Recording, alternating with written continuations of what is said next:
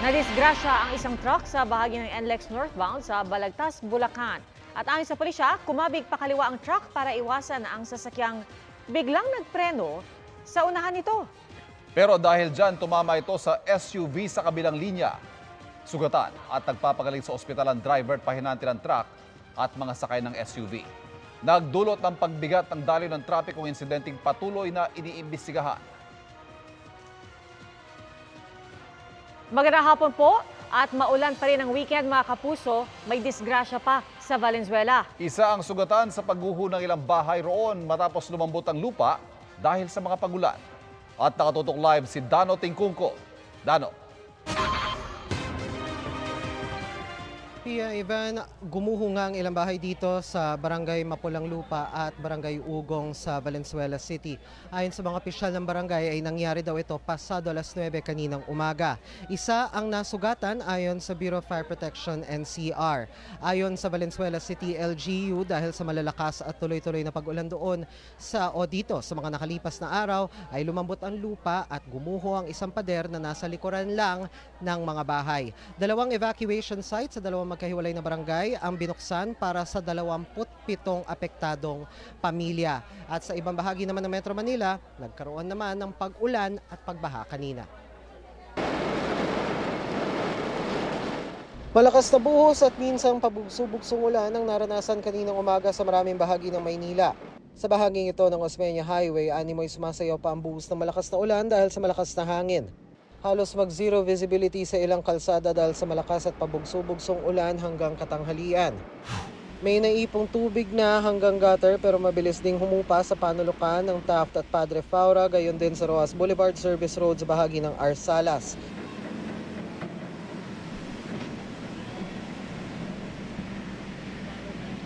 Sa mga oras na ito ay nandito yung mga apektadong pamilya sa isang covered court kung saan sila ay inaasistihan ng mga taga Valenzuela City Social Welfare and Development Office.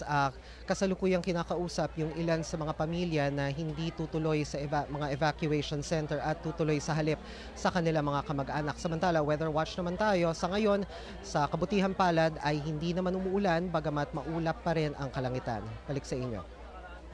Ingat at maraming salamat, Dano Tingkungko.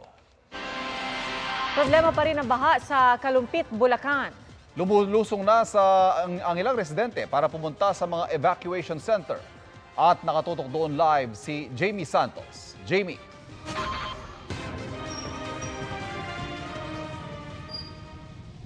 Pia Ivan, nananatiling lubog sa baha ang ilang barangay dito nga sa Kalumpit, Bulacan dahil sa patuloy na pag-uulan na sinabayan pa ng high tide. Nakaparada pa rin sa matataas na kalsada sa barangay Maysulaw, Kalumpit, Bulacan ang ilang sasakyan. Lampas tao pa kasi ang baha sa ilang lugar. Kaya ang mga residente, bangka ang sasakyan pauwi sa kani-kanilang mga bahay. Nasa 58 pamilya ang inilikas. Dahil sa pag-uulan na nasabayan pa ng high tide, may mga residenteng lumikas at nagtungo sa evacuation center. Para makarating sa evacuation center, no choice sila kung hindi lumusong sa baha. Ang ginang na ito, piniling sa evacuation manatili lalo't may kasama silang baby. Hanggang tuhod naman ang baha sa Doña Damiana de Leon Elementary School sa Barangay San Miguel. Pinagmomodule na lang muna ang mga estudyante bukas. Pia Ivan, may nakataas na rainfall advisory dito sa Bulacan. Kaya naman ayon sa PDRRMO, mag-ingat ang mga naninirahan sa low-lying areas, lalo na yung naninirahan sa tabi ng ilog sa banta ng baha. At yan ang latest mula rito sa Kalumpit, Bulacan. Balik sa iyo, Pia Ivan. Ingat at maraming salamat, Jamie Santos. Sa ilang lugar po sa Quezon City, isang linggo ng baha dahil sa ulang dala ng habagat. Hindi lang sakit ang pinangangambahan, kundi pati ahas. At nakatutok live si Von Aquino. Von. Pia, maghapong pabugso-bugso ang ulan dito sa Quezon City, kaya naman ang ilang kalsada binaha.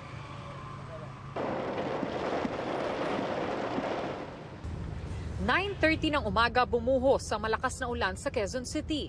Halos mag-zero visibility sa Quezon Avenue, Elliptical Road at Commonwealth Avenue. Pero hindi naman bumigat ang trapiko. Sinamantala naman ng ilang kabataan ang paglangoy sa hanggang gutter na baha sa Caliraya Street sa Barangay Tatalon. Di alintana ang mga sakit na pwede nilang makuha sa maruming tubig. Ang ilang negosyo matumal dahil sa baha. Yung mga tao hindi rin masyadong makadaan. Kada umuulan naman talaga kasi dito, ay ganyan mabilis ang pagbaha. Kasi mababa itong lugar na to. Ang bahaging ito ng Barangay Tatalon, isang linggo na ring binabaha dahil sa mga pag-ulan. Meron na ngang nagkaalipunga. Muna tumira pa ako rito, ganito na to rito.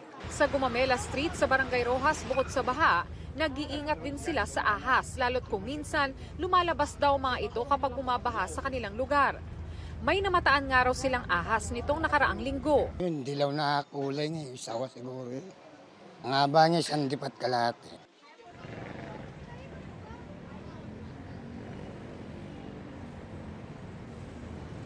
Pia, Ivan, sa ngayon ay tumila na yung ulan dito sa Quezon City at tumupa na rin yung baha na inireport natin kanina. Pia, Ivan? Ingat at maraming salamat, Von Aquino. Nilampaso ng Gilas Pilipinas ang koponan ng China sa FIBA Basketball World Cup 2023 kahapon. Ang score 96-75. 34 points ay galing kay Jordan Clarkson na nagpaulan ng 3. At dahil dyan, nakuha ng Gilas ang kanilang unang panalo sa FIBA at nakakuha rin ng slot para sa 2024 Paris Olympics qualifying tournament. Sa darating po na Martes, mas mura na dapat ang bigas sa mga palengke dahil sa price cap ng Pangulo. Tingin naman ng NEDA sa pagmahal ng bigas, may mga nananamantala at nirarason daw ang epekto ng El Nino, kaya kulang ang supply. Nakatutok si JP Soriano.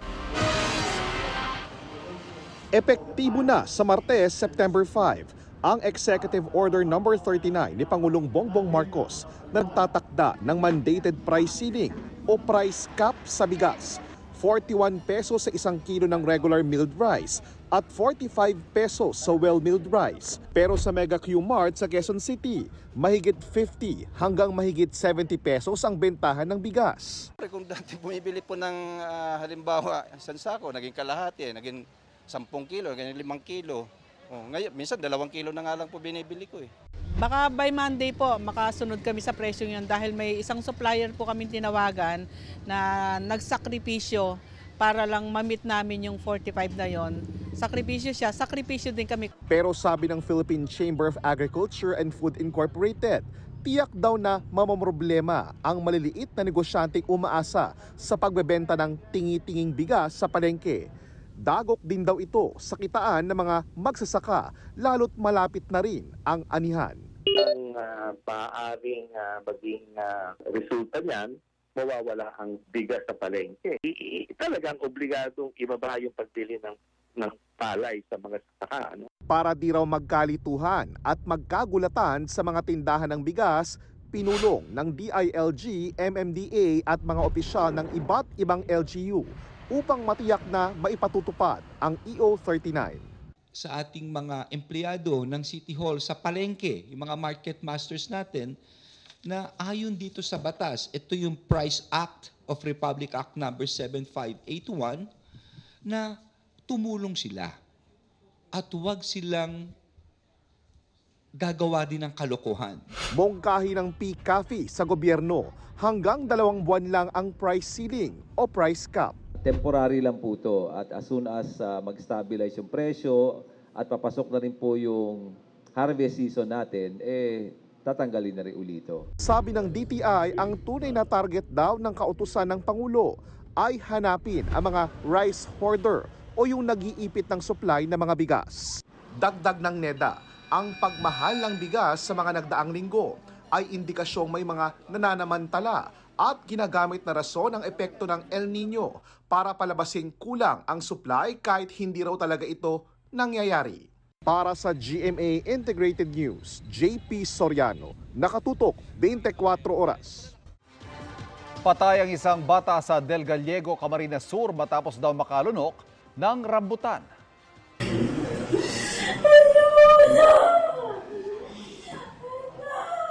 Hindi raw alam ng ina ng 2 taong gulang na biktima kung saan nakuha ng anak ang rambutan.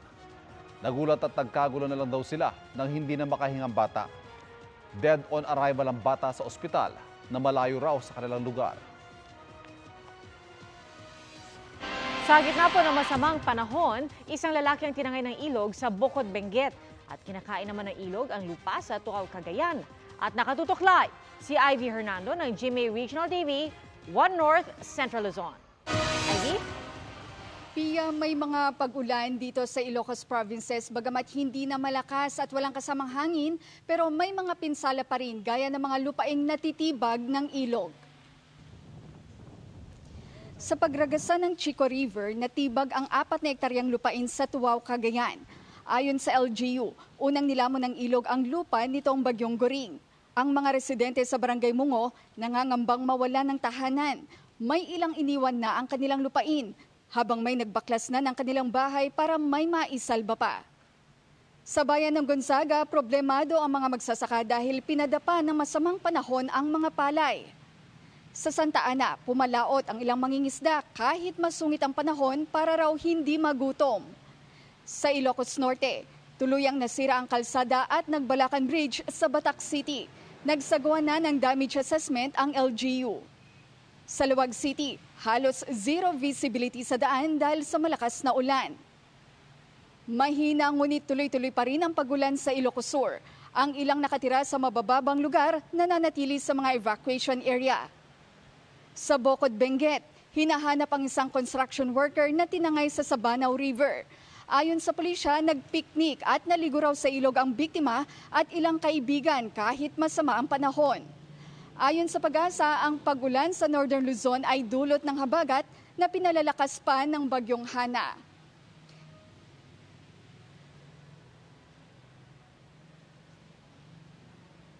Pia, patuloy pa rin ang monitoring ng mga otoridad sa mga posibleng pagguho ng lupa sa upland municipalities at ng mga nasa coastal area. Samantala, suspendido rin ang klase sa lahat ng antas sa pribado at pampublikong eskwelahan bukas sa Binmalay, Pangasinan dahil pa rin sa nararanasang sama ng panahon. Pia? Maraming salamat at mag-ingat kayo. Ivy Hernando ng GMA Regional TV, 1 North Central Luzon.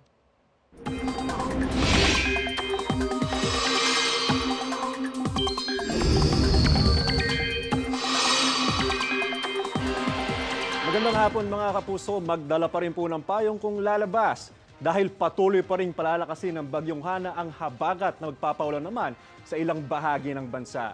Ayon sa Pag-asa, naglandfall na sa Taiwan ng bagyo na huling namataan ng Pag-asa sa layong 245 kilometers hilagang kanluran ng Itbayat, Batanes. Nakataas pa rin ang signal number 1 sa Batanes at Babuyan Islands. Mamayang gabi o bukas ng umaga ay inaasahang lalabas na ng Philippine Area of Responsibility ang bagyo. Base naman sa rainfall forecast ng Metro Weather, halos buong Luzon makakaranas ng malalakas na pag-ulan. Mataas din po ang tsansa ng ulan dito sa Metro Manila. Sa Visayas naman may pag-ulan din lalo na sa western section nito at ilang bahagi ng Biliran. Pagdating naman ng hapon na may pag-ulan na rin sa Cagayan de Oro at ilang bahagi ng Northern Mindanao, kasama po dyan ang Caraga Region. At yan ang latest sa lagay ng panahon. Ako si Anjo Pertiera para sa GMA Integrated News Weather Center. Maaasahan ano man ang panahon. Sino nga ba ang mas astig at mas malambing sa tambalang barda ni na Barbie Fortesa at David Licauco? Ang big reveal, alamin sa aking chika. Bago pa man tayo mahook sa mundo ni na Monique at Carding sa highly anticipated Kapuso series na maging sino ka man, may bakbakan muna ang Team Barbie at Team David. Sino sa dalawa ang mas malambing? Barbie. Barbie, siyempre ako. Siyempre si David sa akin. Si Barbie. At sino naman kaya ang pinakaastig? Team David. Si David, oo. Si Barbie sweet eh. I love David, pero sorry, for now, Barbie. Si Barbie. Oo, antok si David eh. Barbie eh. Unanimous decision. Sa paastigan, the score is 3-2 in favor of Barbie. Totoo ba? Grabe. I think kulang lang ng PR to si David. Ako kasi lahat yung chika ko eh. I'm grateful for you. Maging sino kami. Nagpasaya naman si Barbie sa kanyang meet and greet sa Malolos, Bulacan. Ramdam na raw niya ang excitement ng fans sa tambalan nila ni David para sa Maging Sino Ka Man na sa September 11 na ang world premiere. Kahit bumabagyo, pumunta talaga sila dito sa Malolos para makita ako. So nagpapasalamat po ako.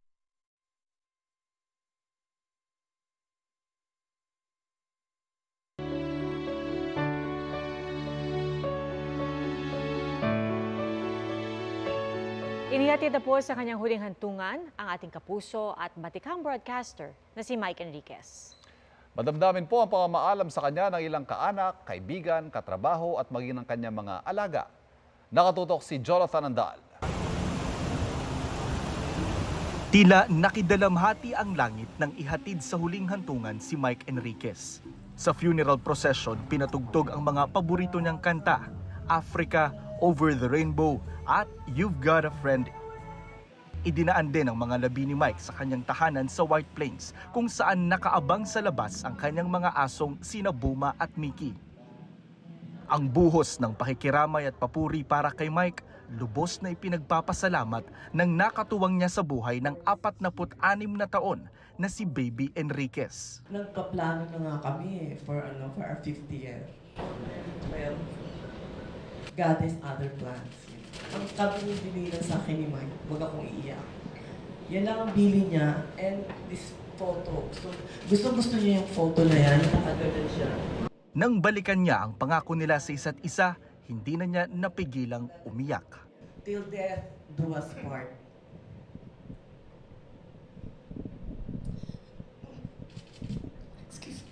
Excuse me po. Thank you, family and friends, once again. Your presence in this most difficult moment in my life means so much to me. Pagdating sa Loyola Memorial Park sa Marikina, saglit na tumila ang ulan. Pero ramdam ang buhos ng emosyon at pagbibigay ng huling respeto ng mga kaanak, kaibigan, nakatrabaho at nagmamahal sa isa sa mga haligi ng Philippine Broadcast Journalism. Ipinabaon kay Mike ang kanyang paboritong awitin.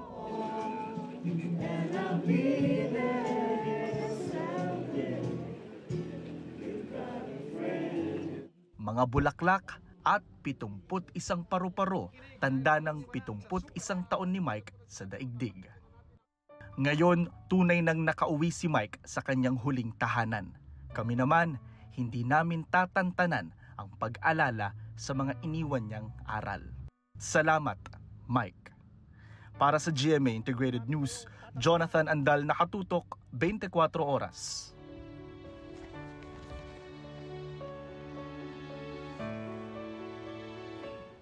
At yan po ang mga balita ngayong weekend para sa mas malaking misyon, para sa mas malawak na paglilingkod sa bayan.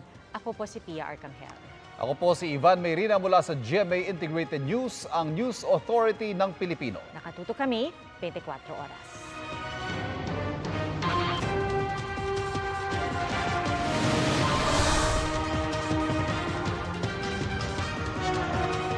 Magandang balita mga kapuso, kahit ano pa man ang oras, mapapanood ang 24 Oras Weekend at iba pang newscast sa youtube.com/GMA News. I-click lamang ang subscribe button. Sa mga kapuso abroad, maaari po kaming masubaybayan sa GMA Pinoy TV at www.gmanews.tv.